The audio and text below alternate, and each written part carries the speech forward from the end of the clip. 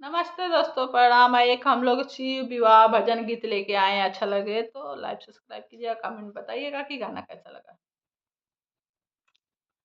रौरा ये शिवजी जोगी भैनी हो, कैसे रहब अकेल।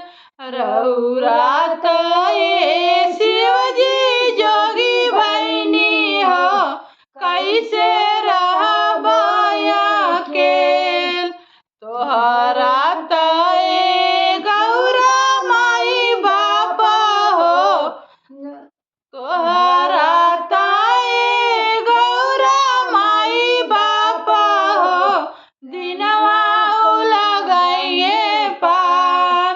तोहरा ताए गौरा माई बाप हो, दिनवा लगइए पार। तोहरा ताए गौरा भैया भाभी हो, दिनवा लगइए पार। तोहरा ताए गौरा भैया भाभी हो, दिनवा लगइए पार।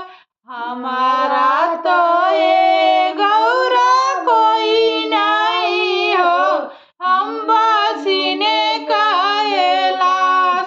हमारा तो ये गौरा कोई नहीं हो, हम बसीने कैलाश।